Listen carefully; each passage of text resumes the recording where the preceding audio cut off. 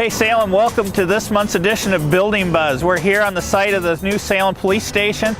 As you can see behind me, the buildings are down, which is awesome. It's an exciting time for the city of Salem and for the Salem Police Department. So with all that action that's been going on, now you're going to see a little bit of a lull here on the site. So for those of you that have been around here forever, basically since the covered wagons got here in Salem, this site has been the site of an auto dealership. So auto dealerships bring the potential for contamination, so we have to explore those things. The utilities have to be relocated and more site work is being done.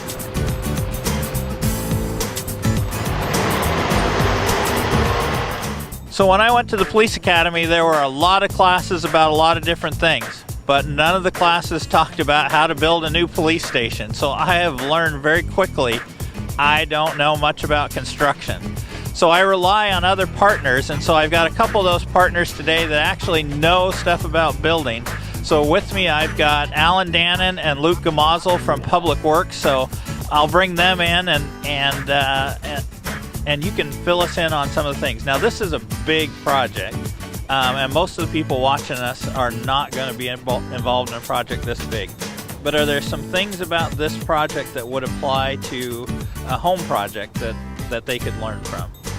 Whether you're working here on a big job site or around your house, one of the biggest unknowns is what's underground. So the most important thing you can do is call 811 before you dig to get a handle on where those underground utilities are. And that'll avoid surprises when it comes time to do your work. The other thing that's important is, once you identify what those utilities are, to coordinate with the providers in case you need to make any changes, again, just to make sure everything goes smoothly when it's time to do the job. So the other thing I've learned about that I didn't know anything about before was things like alley vacations, easements, permits, all those kinds of things. I know about search warrants and stuff like that, but this is a whole new area for me. What do people need to know about those things? Right, so we had to go through a process to actually get rid of an alley that goes through our site.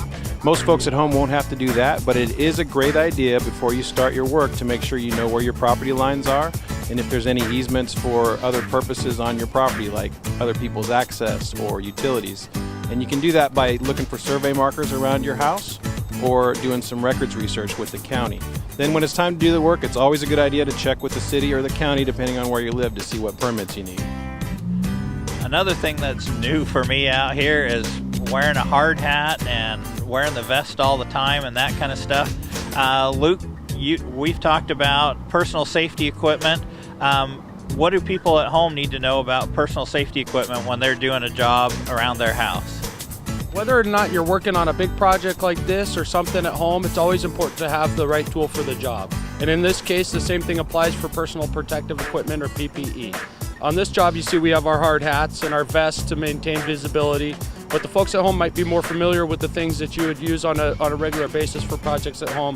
Things like eye protection, good boots, appropriate footwear, dust masks for to avoid inhaling harmful substances, ear protection, things of that nature. It's always important to stay safe, and so we like to maintain that out here on the project site as well. Stay tuned for more information like this that would help you around the house and things that we can learn from this project.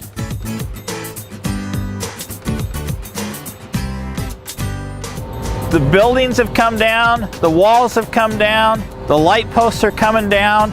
This debris behind us is going to be recycled. We'll talk about that more in our next Building Buzz. Thanks to all those folks that came to the town hall meeting and shared their input. That was exciting, it was helpful, and so look forward to another town hall meeting coming up to share the results of that. And of course, we're building to July to a groundbreaking party, so please like and share and help us build some buzz about the new police station.